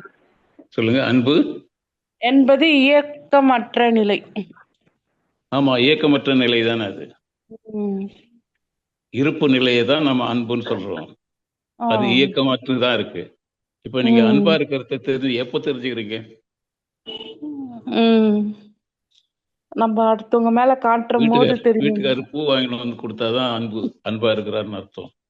ஆ. இல்லைன்னா அன்பு இல்லையா? தெரியல. ஆமா, தெரியல. புரிஞ்சுச்சா இப்போ? ம். வெளியில இருந்து ஓ. வரப்போ ஸ்வீட் வாங்கின்னு வர்றாரு, அப்போ ரொம்ப அன்பா ம். இருக்காரு நம்ம கிட்ட நினைக்கிறீங்க. ஆ. ஸ்வீட் வாங்கின்னு இல்லைன்னா அவர்கிட்ட அன்பு இல்லையா? இருக்கு. அது இருக்கு. வெளிப்படுத்துறதுக்கு இயக்கம் இருக்கணும். ஓ. அதைத்தான் நம்ம அன்பா கவனிச்சுக்கிறாங்க, இரக்கப்படுறாங்க, ம். கருணையா இருக்கிறாங்க, அருள் ம். பாலிக்கிறாங்க, அப்படிலாம் சொல்றோம் இல்லைங்களா? ம். ஆமா. புரிஞ்சுங்களா பேசுறது கூட இப்போ? ஒரு அன்பா உணரலாங்க இல்லைங்கய்யா? அன்பு பேசும்போது. அப்படிங்கிறது இயக்கமற்ற நிலை. ஆ. அது இயங்குற போது இரக்கமாகவும் கருணையாகவும் அருள் ம். பாலிப்பதாகவும் கருதுகின்றோம். ம். அதுவே தான் இயக்கத்துல இருக்கு. இறைநிலை தானே இது. அன்பு ஆ. அப்படிங்கிறது இறைநிலை. அதே ம். தான் நாம அறிவுன்னு சொல்றோம். கற்றல். ம். உலகத்துல ம். இருக்கிற பொருள் எல்லாம் பத்தி தெரிஞ்சுக்கிற போது அது அறிவுன்னு சொல்றோம். ம். இறக்கப்படுற போது அது அன்பு செயல்படுறதா அர்த்தம். ம். புரிஞ்சுச்சுங்களா? புரிஞ்சுக்கிட்டேன். நன்றிகள் ஐயா. வாழ்க வளமுடன் ஐயா. அன்பே சிவம். வாழ்- ஆ. அப்ப சிவம் என்னவா இருக்கு? அன்பா இயக்கம் இருக்கு. இல்லாமல் இருந்து கொண்டு எல்லாவற்றையும் இயக்கி கொண்டிருக்கிறது. ம். புரியுதுங்களா? புரியுதுங்கய்யா. ரைட். ரைட். நன்றி. வாழ்க ஐயா, வளமுடன். உணர்வுகள் உணர்தலுக்கு உணர்வுகள் எப்படி உணர்தல் எப்படி? உணர்தல். உணர்வுகள். ஆமா.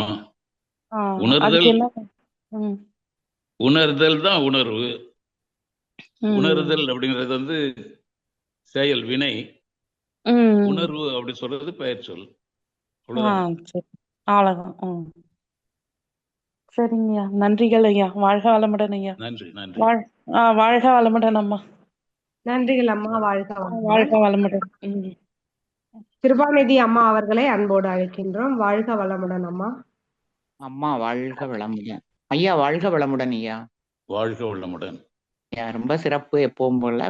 ஐயா உணர்தல் இயக்கம் அது ரொம்ப அழகா சொன்னீங்க. உணர்தல்னா என்ன, அது உரஸ்னா என்ன, அது சுழல் வேகம்னா என்னங்கிறத ரொம்ப நல்லா சொன்னீங்க ஐயா. கருணை, அன்பு, இரக்கம், பொறுமை ரொம்ப அருமையா இருந்தது. ஆனா இறைத்தன்மை இப்ப நீங்க சொன்னதுல கடைசியா முடிக்கல, இறைத்தன்மை இறை உணர்வு அது ரெண்டும் வேணும். இப்ப நீங்க துரோணாச்சாரியரையும் பீஷ்மரையும் அது கதையா கூட இருக்கலாம்.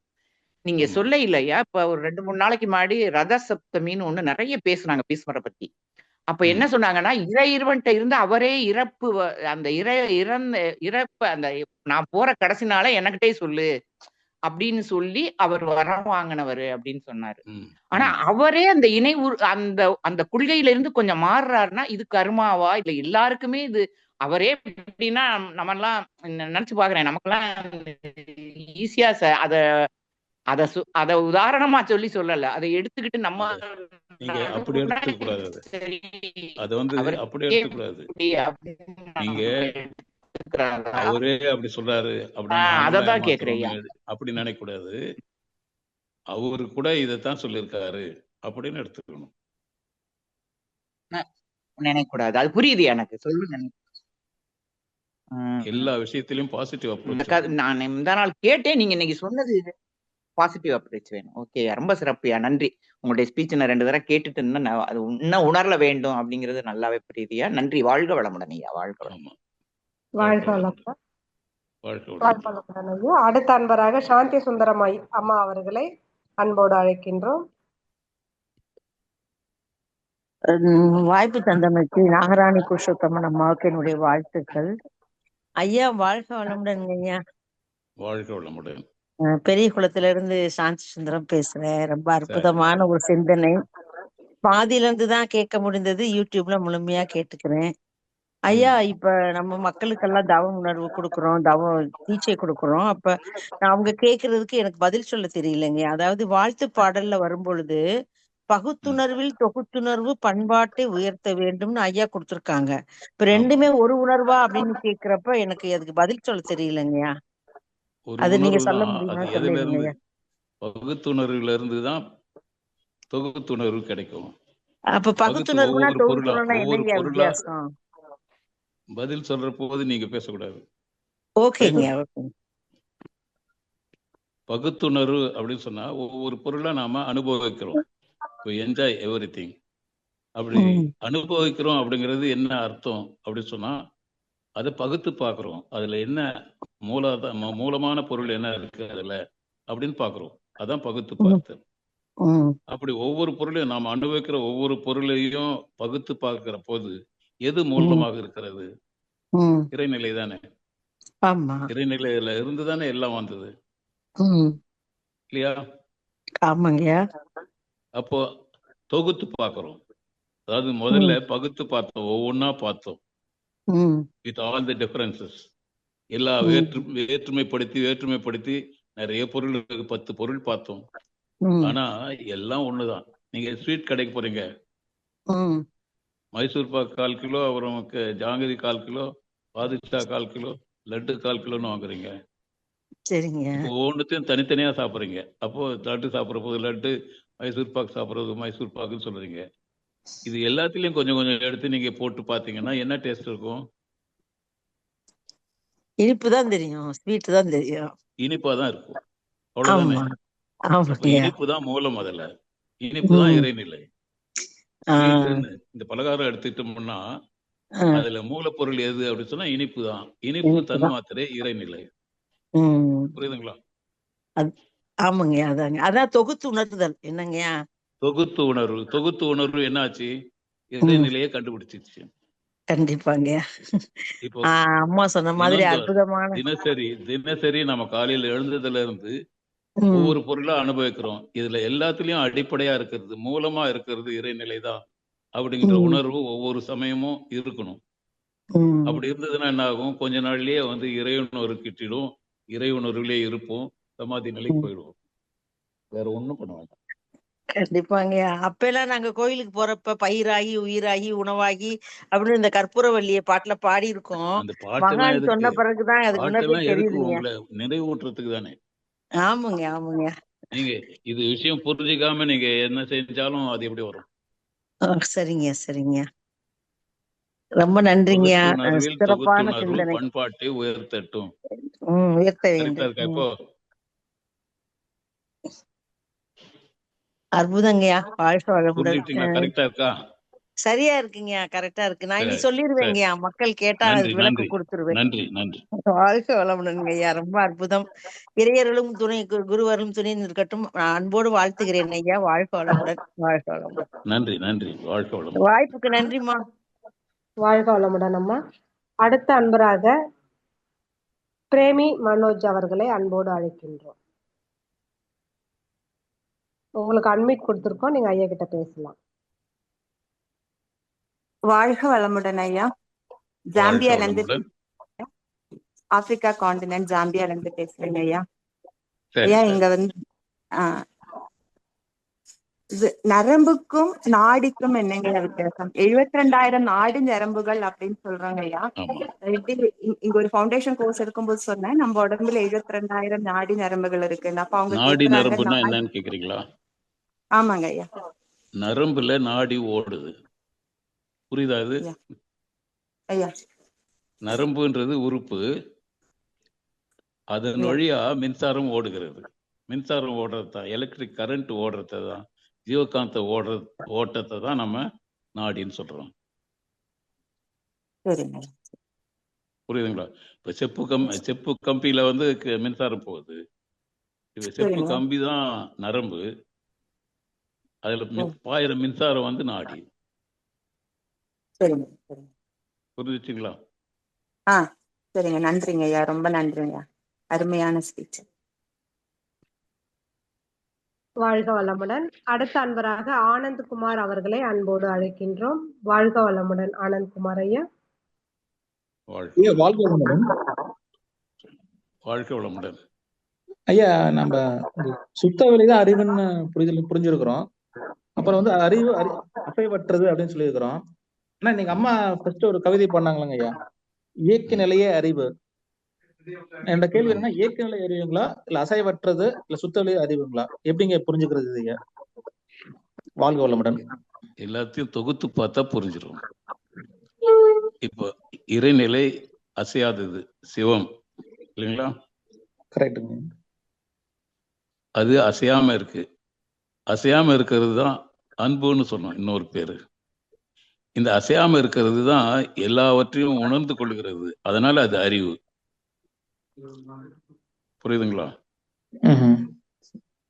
இப்போ ஒரே பொருளுக்கு தான் இத்தனை பேரு. கரெக்ட். ஓகே, அப்படியே எடுத்துக்கணும். சரிங்க ஐயா, சரிங்க. ஒரே பொருளுக்கு தான் இத்தனை பேர்.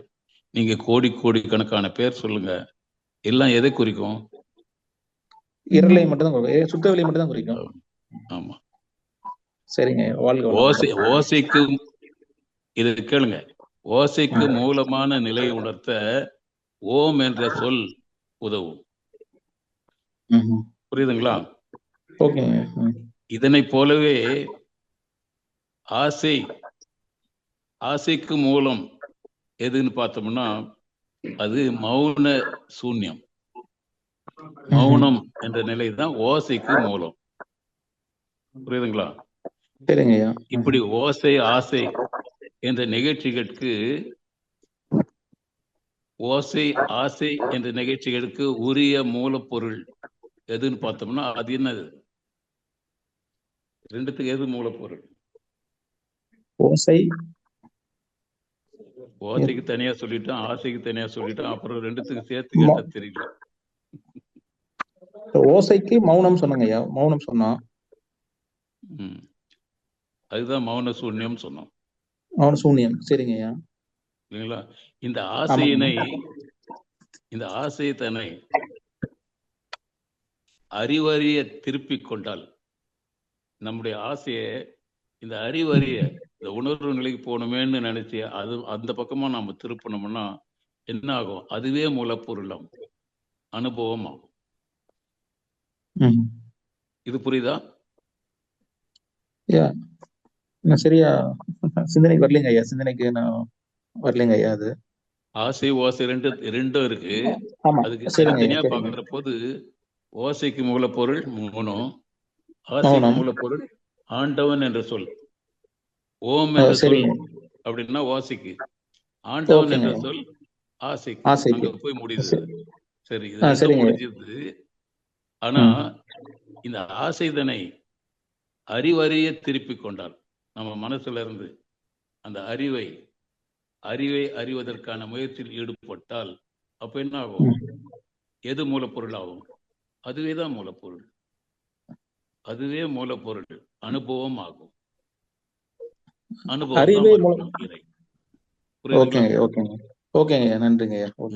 மறுபடியும் கேட்டு பாருங்க, புரியும். சரிங்க, ஓகேங்க. வாழ்க வளமுடன். வாழ்க வளமுடன். நன்றிங்க ஐயா. வாழ்க வளமுடன். வளர்மதி அம்மா அவர்கள் அன்போடு அழைக்கின்றோம். வாழ்க வளமுடன் அம்மா. வாழ்க வளமுடன் அம்மா. நன்றி. கேக்குதுங்களாம்மா? கேக்குதுமா. ஐயா கிட்ட பேசலாமா? ஐயா வாழ்க வளமுடன் ஐயா. வாழ்க வளமுடன். உங்களுடைய உரை சிறப்பாக இருந்தது ஐயா. ரொம்ப உணர்வு பூர்வமான உரையா இருந்தது. எனக்கு என்ன கேள்வினா, ஆதி காலத்துல மனுஷங்க வந்து இயற்கையை வழிபட்டாங்க. அந்த ஐவாய்கை நிலங்கள் சொல்லுவாங்க, குறிஞ்சி, முல்லை, பாலை, நெய்தல், மருதம். அது அப்புறம் மருவி அப்படியே வந்து சிலை வழிபாட்டுல வந்தாங்க. +1 படிக்கும் போது என் பையன் வந்து சாமி கும்பிட்டு போன்னு எப்பவுமே நான் இன்சிஸ்ட் பண்ணுவேன் குழந்தைங்களை. அப்ப +1 படிக்கும் போது என் குழந்தை என்ன பண்ணா, பையன் வெளியில போயிட்டு சாமி கும்பிடாம போயிட்டாரு. வெளியில போயிட்டு சூரிய பகவானை பார்த்து கும்பிட்டுட்டேம்மா, சாமி கும்பிட்டுட்டேன். கண்கண்ட தெய்வம் சூரியனை பாக்குறோம் நம்ம. சூரியன் இல்லைன்னா இந்த உலகமே இல்லை. சூரியனை பாக்குறோம், சூரியனை கும்பிட்டுட்டு அதுல இருந்துதான் நான் சூரியனை டெய்லி வெளியில போகும்போது சூரிய பகவானை பார்த்து கும்பிட்டுட்டு போவேன். ஐயாவோட நம்ம மகரிஷியோட அருட்காப்பு போட்டுட்டு போவேன். ஆனா இப்ப பாத்தீங்கன்னா சூரியனை வந்து ஒரு இந்த அறுவடையெல்லாம் முடிஞ்சு விவசாயிகள் இது படைச்சு வெறும் தை திருநாள் அன்னைக்குதான் அந்த சூரிய பகவானுக்கு ஒரு பொங்கல் வச்சு நம்ம கொண்டாடுறோம். ஏன் சூரியனை நம்ம வழிபட மாட்டோங்க ஐயா? வாழ்க வளமுடன். வேற புதுசா கண்டுபிடிக்கிறோம், புதுசா பொருள்களை அனுபவிக்கிறோம். அதனால எப்போ லேட்டஸ்டா இருந்தோ அதை நம்ம பிடிச்சிக்கிறோம், ம் பழசு மறந்துடுறோம். அவ்வளவுதான். உங்க ம் கேள்விக்கான பதில் அவ்வளவுதான். இப்ப இன்னைக்கு அதாவது 10 வருஷத்துக்கு முன்ன நீங்க எதை பாராட்டுனீங்களோ அதை இப்ப பாராட்டல ம் இல்லைங்களா? பாத்திரம்லாம் புதுசு புதுசா வருது. இப்ப புதுசா வந்த பாத்திரத்தை வச்சு பழகிறதுக்கு விரும்புறீங்களா? பழைய காலத்துல வச்சிருந்த பாத்திரம்லாம் அதுவே போதும் அப்படின்னு சொல்றீங்களா? அது வந்து நம்ம பொருட்கள் சரி வருவாங்கய்யா. ஆனா வந்து ஆமா, சூரியனை உணர்வு ஏன் தானே. ஏத்துக்க நான் மாட்டாங்கன்னு முதல்ல தான் தெரியல. இந்த இந்த டாபிக் பேச ஆரம்பிக்கிற போதே சொன்னேன். அதாவது நான் பாதியில இணைஞ்சேன் ஐயா. பிரபஞ்சம் சொல்லுங்க. முழுக்க நீங்க ம் நினைக்கிறதும் ஒரே ஒரு அணுவை நினைக்கிறதும் ஒண்ணுதான். ம் அண்டத்தில் உள்ளது பிண்டத்தில்னு கேள்விப்பட்டது இல்லையா நீங்க? ம் ம் ஆமாங்கய்யா. ஆமா. ம் அப்போ நீங்க எந்த பொருள், இறைவன் இல்லாத எந்த பொருளை நீங்க அனுபவிக்க முடியும்? இல்ல. எல்லாமே ம் இறைநிலை தானே. இறைநிலையினுடைய விரிவாக்கம் தான் பொருளா வருது. அதாவது அணுக்கள் அலைகளாக இருக்கிற போது அது வேற நிலை, மனநிலைன்னு சொல்றோம். அந்த ம் அலைகள் இறுகி போகும்போது பொருள்களாக மாறுகின்றன. இப்போ ம் இதுக்கு இந்த உதாரணம் சொன்னா சரியா இருக்கும்னு நினைக்கிறேன். ம் ஒரு நீராவி இருக்குது, புரியுதுங்களா? சொல்லுங்க. தண்ணி ஊற்றி கொதிக்க வச்சீங்கன்னா, கொதிக்க வச்சா என்ன ஆகுது? ஆவி ஆகுது. ஆவியா. ஆவி ஆகுது. ஆவி வேற, தண்ணி வேற இல்லையா? ம் சரி, இந்த ஆவியை வந்து டிஸ்டில் பண்றாங்க, அதாவது குளிர்ச்சி பண்றாங்க. ஒரு டியூப்ல வச்சு மேல தண்ணி ஊத்துனா அது இறுகி போயிடும். என்ன வரும்? ஐஸ் கட்டி. ஐஸ் கட்டி வரும். ம் இப்ப இந்த ஐஸ் கட்டி, தண்ணீர், அந்த ஆவி, இது 3 H2O இல்லையா? ம்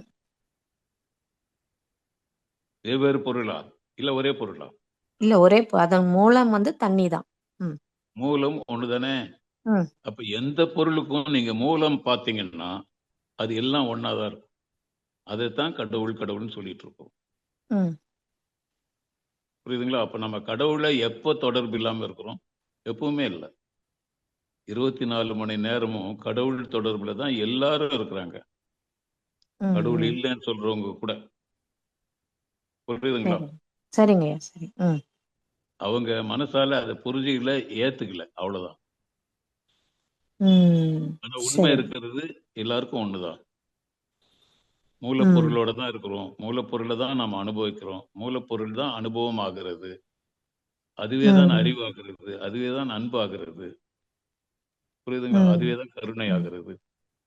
அதுவே தான் அருள் ஆகிறது. நல்ல கண்டிப்பா. யோசனை புரிஞ்சுங்க. சரிங்கய்யா. நன்றி ஐயா. வாழ்க சிறப்பான வளமுடன். பதில் ஐயா. வாழ்க வாழ்க வளமுடன். நன்றி அம்மா. வாழ்க வளமுடன். நன்றி அம்மா, வாழ்க வளமுடன். இந்திராணி அம்மா அவர்களை அன்போடு அழைக்கின்றோம். வாழ்க வளமுடன் அம்மா. வாழ்க வளமுடன் அம்மா. ஐயா வாழ்க வளமுடன். வாழ்க வளமுடன். நீண்ட நாளைக்கு பிறகு உங்களோட பேச்ச கேட்க முடியாம போயிடுச்சு ஐயா. நீங்க பொருளையும் கொடுத்து பணத்தையும் கொடுத்து வாங்குறவங்க ஒன்றும் நமக்கு குறைவானவங்க இல்லைங்கிறத நிரூபிக்கிறதுன்னு சொன்னீங்க. அப்பதான் என்றான சூழ்ல அது எனக்கு விளங்கல ஐயா. அது என்ன அர்த்தம் ஐயா? மற்றவங்களை அவங்க மூலம் கருதி மதிக்கணும் அப்படின்னு அர்த்தம். பிச்சை எடுக்கிறான்றதுனால அவன் கேவலம் ஆயிடுவானா என்ன? பணம் கொடுக்கறவங்க பணம் வசதியா வச்சிருக்கிறது யாரு? பணம் கொடுக்கறவன வசதியா வச்சிருக்கிறது யாரு? அவங்கதான். கடவுள் தானே. கடவுள் தானே. கடவுள் தானே. பிச்சை எடுக்கிறவன அந்த நிலையில வச்சிருக்கிறது யாரு? அதுவும் கடவுள் தான். ரெண்டும் கடவுள் தாங்கிற போது நீங்க எப்படி அவமதிக்கலாம்? ஓஹோ, அப்படிங்களா? சரிங்க. பிச்சை எடுக்கிறது அவன் குற்றம் இல்லையா? அவன் பிச்சைக்காரனா அவனை கடவுள் வச்சிருக்கு. அப்ப பிச்சை எடுத்துதானே ஆகணும். உங்ககிட்ட பணத்தை கொடுத்து அவனுக்கு கொடுன்னு சொல்லியிருக்கு, அதனால கொடுக்குறீங்க. இப்ப எந்த விதத்துல நாம உயர்ந்தவங்களாயிடுவோம், அவங்க தாழ்ந்தவங்களாயிடுவோம்? அப்ப புரியுதுங்களா?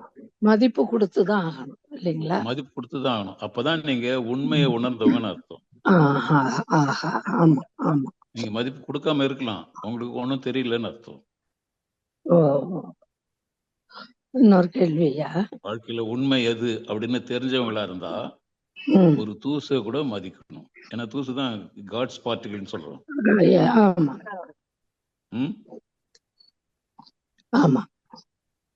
நன்றி ஐயா. தூசு தானே, இன்னொரு ஆமா ஐயா, தூசு எல்லாம் சேர்ந்து தானே அணுவாகுது. அப்ப அணுவாகுது. தூசு நீங்க எப்படி கேவலமா நினைக்க முடியும்? முடியாது ஐயா. நாமெல்லாம் டிஸ்இன்டெகிரேட் பண்ணா, நம்மளெல்லாம் பிரிச்சு பிரிச்சு போட்டுக்கிட்டே போனா கடைசியில நாம தூசாதான் ஆகும். தூசாதான். அப்ப நீங்க ஆமா. மொத்தமா ஒட்டு மொத்தமா ஒரு மனித உருவத்துல இருக்கிறதுனால தூசை நீங்க கேவலப்படுத்துறீங்க. ஓ, அது அப்படி படுத்துறது உண்மை உங்களுக்கு உணரல அப்படின்னு தான் அர்த்தம். உணரல, தெரியல. சரிங்க ஐயா. புரிஞ்சிச்சுங்களா? புரியுதுங்க ஐயா, புரியுது, நல்லா புரியுது. இன்னொன்னு ஐயா, அலெக்சாண்டர் புருஷோத்தமன் கிட்ட கேக்குறான், உன்னை எப்படி நடத்தணும்னு. தெரியல அந்த கதை. அலெக்சாண்டர் எல்லா நாட்டையும் ஜெயிச்சுட்டு வரப்போது புருஷோத்தமன் கிட்ட வந்து கேக்குறான். அவனை தோக்கடிச்சு எதிர வந்து நிறுத்தி இருக்கிறாங்க. நான் உன்னை எப்படி நடத்தணும் அப்படின்னு கேக்குறான் அலெக்சாண்டர். ஒரு நாட்டின் அரசு உன் கூட சண்டை போட்டு நான் தோத்து போய் நிக்கிறேன், ஆனா என்ன ஒரு மன்னனாவே நினைச்சு நடத்தணும் மரியாதையா. ஆமாங்க ஐயா. சின்ன வயசுல படிச்சது ஞாபகம் இருக்குல்ல? நல்லா ஞாபகம் இருக்கு ஐயா. போரஸ் உன்னை என்ன ஒரு நாட்டின் அரசு அதுல இருக்கிற உண்மை தெரிஞ்சிருந்தா யாரையாவது அவமதிப்போமா நாம? இப்ப அத படிப்பா படிச்சோம், இப்பதான் உணர்வுபூர்வமா உணர முடியுது.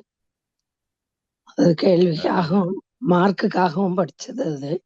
ஆனா இப்ப சொல்லும் பொழுது அது ஒரு பெரிய விஷயமா அப்ப தெரிஞ்சது. ஆனா இப்ப புரியுது அதனுடைய தன்மை என்ன, மூலம் என்ன. அதனால எந்த நேரத்திலும் எல்லாரையும் மதிப்பாவே நினைக்கணும், மதிப்பு உணர்ந்து இருக்கணும். ஏன்னா எல்லாமே வந்து இறைவனுடைய ஸ்வரூபம். உணர்தல்ங்கிறது ஒரு இயக்கம் தானே ஐயா? ஆமா. அன்பு எது இயங்குதுங்க? அன்பு இயங்குற போதுதான் உணர்வு வருது. இல்லைன்னா உணர்வு உணர்வா இருக்குது, உணர முடியாம இருக்கு, சும்மா இருக்கு. புலன்கள் வழியா நாம என்னென்ன உணர்றோமோ அந்த உணர்தெல்லாம் இயக்கமாகுது, அப்படிதானுங்களா? ஆமா. இன்னொரு கேள்வியா? அதாவது நுணுகி நுணுகி போனா இறைநிலையை உணர முடியுமா? மனசை விரிச்சு விரிச்சு போனா இறைநிலையை உணர முடியுமா ஐயா? எந்த பக்கம் போனாலும் உணரலாம். இல்ல சாமிஜி, நுணுகி ஆக்சுவலா வந்து வைணவம் விரிச்சு விரிச்சு பார்த்து உணர்றது, சைவம் குறுகி குறுகி போய் பார்க்கறது, நுணுகி போய் பார்க்கறது. அப்போ விரிச்சு பார்க்கிற போது இந்த உலக பொருட்களை அதிகமா அனுபவிக்கிறது, அதானே விரியறது. ஆமா. ஒருத்தர் வீட்டுல சும்மா ஒரு தட்டும் ஒரு சொம்பு இருந்தா போதும், அவ்வளவுதான் பாத்திரம் போதும். சமைக்கிறதுக்கு சோறு வடிக்கிறதுக்கு ஒரு பாத்திரம், இவ்வளவுதான் சமையல் பாத்திரமே இருக்கும். அதுல எதையோ கஞ்சி காய்ச்சி குடிச்சிட்டு தூங்கிடுவாங்க.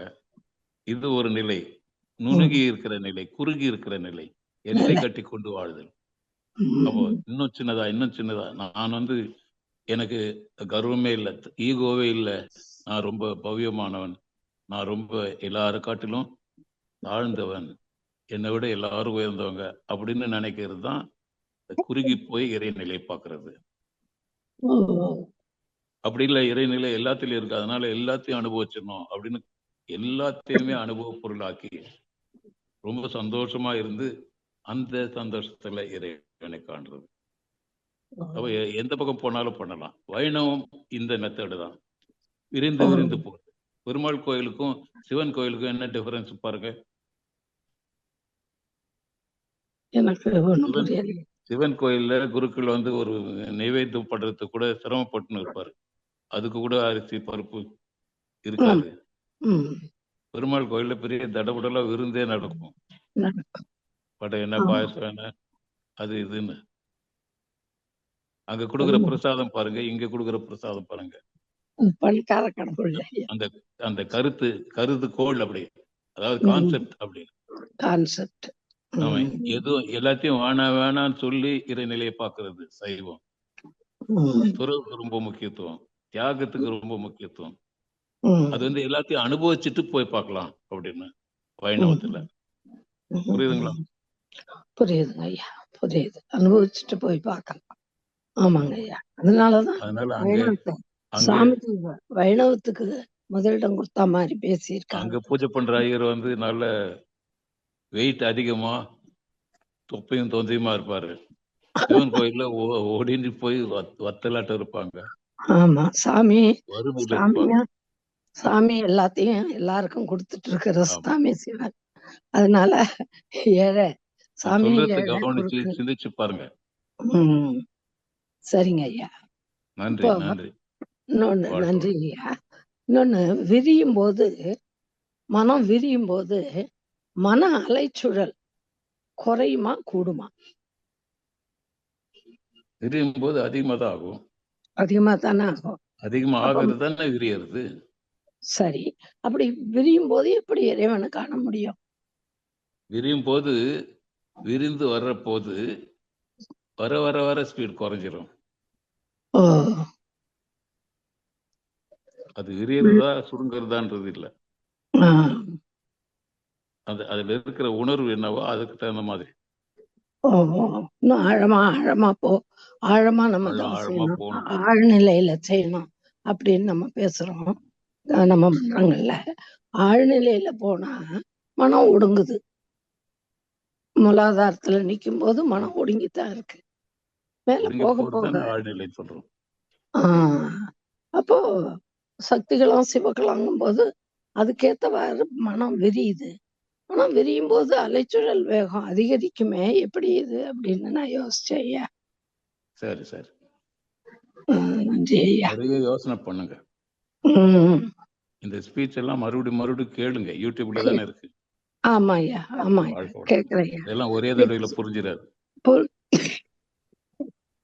நன்றி நன்றி அம்மா. வாழ்க வளமுடன். சாந்தி கண்ணன் அம்மா, வாழ்க வளமுடன்மா. நீங்க அட்மிட் பண்ணிட்டு ஐயா கிட்ட பேசலாமா? வளமுடன் அம்மா. ஐயா வாழ்க வளமுடன் ஐயா. வாழ்க வளமுடன். இப்ப வந்து நீங்க சொன்னீங்களா ஐயா, எல்லாமே தூசி மாதிரி நினைச்சுக்கிட்டே போகும்போது அங்கதான் இறைநிலை இறை துகளுக்குன்னு. ஆனா மனிதருக்குள்ள ஒரு வேறுபாடு வருது இல்லையா? உயரத்தர் மட்டும் தாழ்த்தி பேசுறது, உயரத்தர் மட்டும் உயர்த்தி பேசுறது, அந்த மாதிரி மனநிலையில இருக்கவங்க அவங்க ஏன் அந்த மாதிரி வந்து தூங்கி வருது? அவங்களுக்கு ஏன் அந்த மாதிரி அமையுது? வேற்றுமையே பாராட்டிட்டு இருக்காங்க. அதாவது மனசுல வந்து கான்சென்ட்ரேஷன், இது என்ன பொருள் அப்படின்னு பார்க்கணும். அதை பார்க்கறத விட்டு இது சிவப்பா இருக்கு பச்சையா இருக்குன்னு சொல்லிட்டு இருந்தா பொருள் பார்க்கல, உண்மையை பார்க்கல. உண்மையை நாடி பார்க்கின்ற அந்த உத்வேகமே இல்லை. எதை பார்க்கணும்? எந்த பொருள்ல இருந்தாலும் அர்த்த பாவம் இருக்கணும்னு சொல்லுவாங்க. அர்த்த பாவம் அப்படி சொன்னா எல்லா பொருளுக்கும் ஒரு அர்த்தம் இருக்கு. என்ன அர்த்தங்கிறது என்ன? அதுல மூலமா என்ன இருக்கு? எங்க இருந்து அது ஆரம்பிச்சது? இந்த பொருள் உற்பத்தி ஆச்சு, எங்க இருந்து ஆரம்பிச்சது? அந்த உற்பத்தி என்னவா இருந்தது? ஒரே ஒரு அணுவா இருந்தது தான் இப்ப ஒரு மனிதனா நிக்குது. ஒரே ஒரு அணுவா இருந்ததுக்கு முன்ன என்னவா இருந்தது? ஒரே அணுவா இருந்ததுக்கு முன்ன என்னவா இருந்தது? அது அணுவா கூட இல்ல, எலக்ட்ரானா இருந்தது. எலக்ட்ரான்ல என்ன இருந்தது? எலக்ட்ரான்ல ஸ்ட்ரிப்ஸ் இருந்தது. ஸ்டிங் தியரின்னு சொல்றாங்க. ஸ்டிங் தியரின்னு சொல்றாங்க. அதாவது அந்த மூலப்பொருளா என்ன இருக்குதுன்னு பார்த்தோம்னா ஒரு சின்ன துகள், அதாவது அணுவே பார்க்க முடியாதது. அணுக்குள்ள நியூக்ளியஸ், புரோட்டான், எலக்ட்ரான், நியூட்ரான் இதெல்லாம் இருக்கு. அதுல எல்லாத்த விட நியூட்ரான்றது எலக்ட்ரான்றது ரொம்ப ரொம்ப சின்னது, ரொம்ப வேகமா சுத்திட்டு இருக்கிறது. ஆனா அதையும் பொழந்து பார்த்தா, அதையும் உடைச்சு பார்த்தா என்ன இருக்கு அப்படின்னு சொன்னா என்ன இருக்கும்? அதுவே துகள். அதாவது நாம சொல்ற அணுல இருந்து ஒரு 10,000 மடங்கு உடைச்சு பாக்குறது. இப்ப நான் சொல்றது ஸ்டிங்னு சொல்றாங்க. அத ஸ்டிங் அப்படின்னு சொன்னா அந்த துகள் ஒரு சின்ன கட் பண்ண மாதிரி ஒரு துகள். அதை சரி. இன்னும் நல்லா கவனிச்சு பார்த்தா அது துகள் இல்ல, அலை. ம். புரியுதுங்களா? சரியா சரியா புரியுதுயா. அப்ப அலையா இருக்குது அது. ம். அதை நம்ம அலையாவா இருக்குது அப்படின்னு பார்த்தோம்னா புள்ளி ஆயிடுது, ஒரு பொருள் ஆயிடுது. ம். சரி. புள்ளியாவா இருக்குதுன்னு பார்த்தா அலை ஆயிடுது. ம். இதைத்தான் சிவவாக்கியர் சொல்லியிருந்தார். நல்லது நல்லது என்றால் நல்லதாகும், ம். நல்லது அல்ல என்றால் நல்லது ஆகாது, சரியா நல்லதல்ல. புரியுதுங்களா? சரியா நல்லது சரியா நல்லது என்று சொன்னால் நல்லதாகும், நல்லதாக. ம். நல்லதல்ல கெட்டதாகும் என்றால் கெட்டதாகும். ம். ம். அதனால் நல்லது நல்லது என்றே நாமும் செப்ப வேண்டுமே சரியா. அப்படின்னு சிவவாக்கியர் பாட்டு. இது 3000 வருஷத்துக்கு முன்ன எழுதினாரு. ம். இப்போ ம். குவாண்டம் தியரியில கண்டுபிடிக்கிறாங்க. அந்த ஸ்ட்ரிங் தியரி சொல்லி ம். எலக்ட்ரானுக்குள்ள இருக்கிற துகள் தூசு ம். என்னன்னு பார்த்து, அது ம். நல்லா கவனிச்சு பார்த்தா நாம ஒரு பொருளா இருக்குது, புள்ளியா இருக்குது அப்படின்னு நினைச்சு பார்த்தா புள்ளியா ஆகுது. ம். இல்லையே, புள்ளியா இல்லையே, அலையா தானே இருக்குது அது அப்படின்னு சொன்னா அலையா இருக்கு. அப்ப நம்ம சரியா என்ன நினைக்கிறோமோ அதுவா மாறுது. சரியா சூப்பர் பொசிஷன் சொல்லுவாங்க இதுல, சரி. குவாண்டம் தியரியில. ஓகே அது மாதிரி ஓகே ஓகே. அதே மாதிரி சிவன் தான் வந்து எல்லாமே இருக்கும்போது அவங்கள்ட்ட எதுவுமே இல்லாத மாதிரியும், பெருமாள் தான் எல்லாம் கிடைக்கிற மாதிரி சூழ்நிலை எதுவும் இல்ல, அமையுது. எதுவும் இல்ல. ம். கடைசியில என்ன இருக்கு? ஒண்ணுமே இல்லாம போகுது. சரி, அது ஒரு ஆமா எடுத்துக்காட்டா இருக்கு ஐயா. ஆமா. மிக்க நன்றி நன்றி ஐயா. வாழ்க வளமுடன் ஐயா. அம்மா நன்றி அம்மா. வாழ்க வளமுடன். அது சொல்லணும். நன்றி அம்மா. வாழ்க வளமுடன் அம்மா. வாழ்க வளமுடன் ஐயா. வாழ்க. கேள்வி எதுவும் வரலைங்க ஐயா, நிறைவு செஞ்சுக்கலாமா ஐயா? ஆ மிக்க நன்றிகள் ஐயா. வாழ்க வளமுடன் ஐயா. நம் கடமை அறவாழ்வின்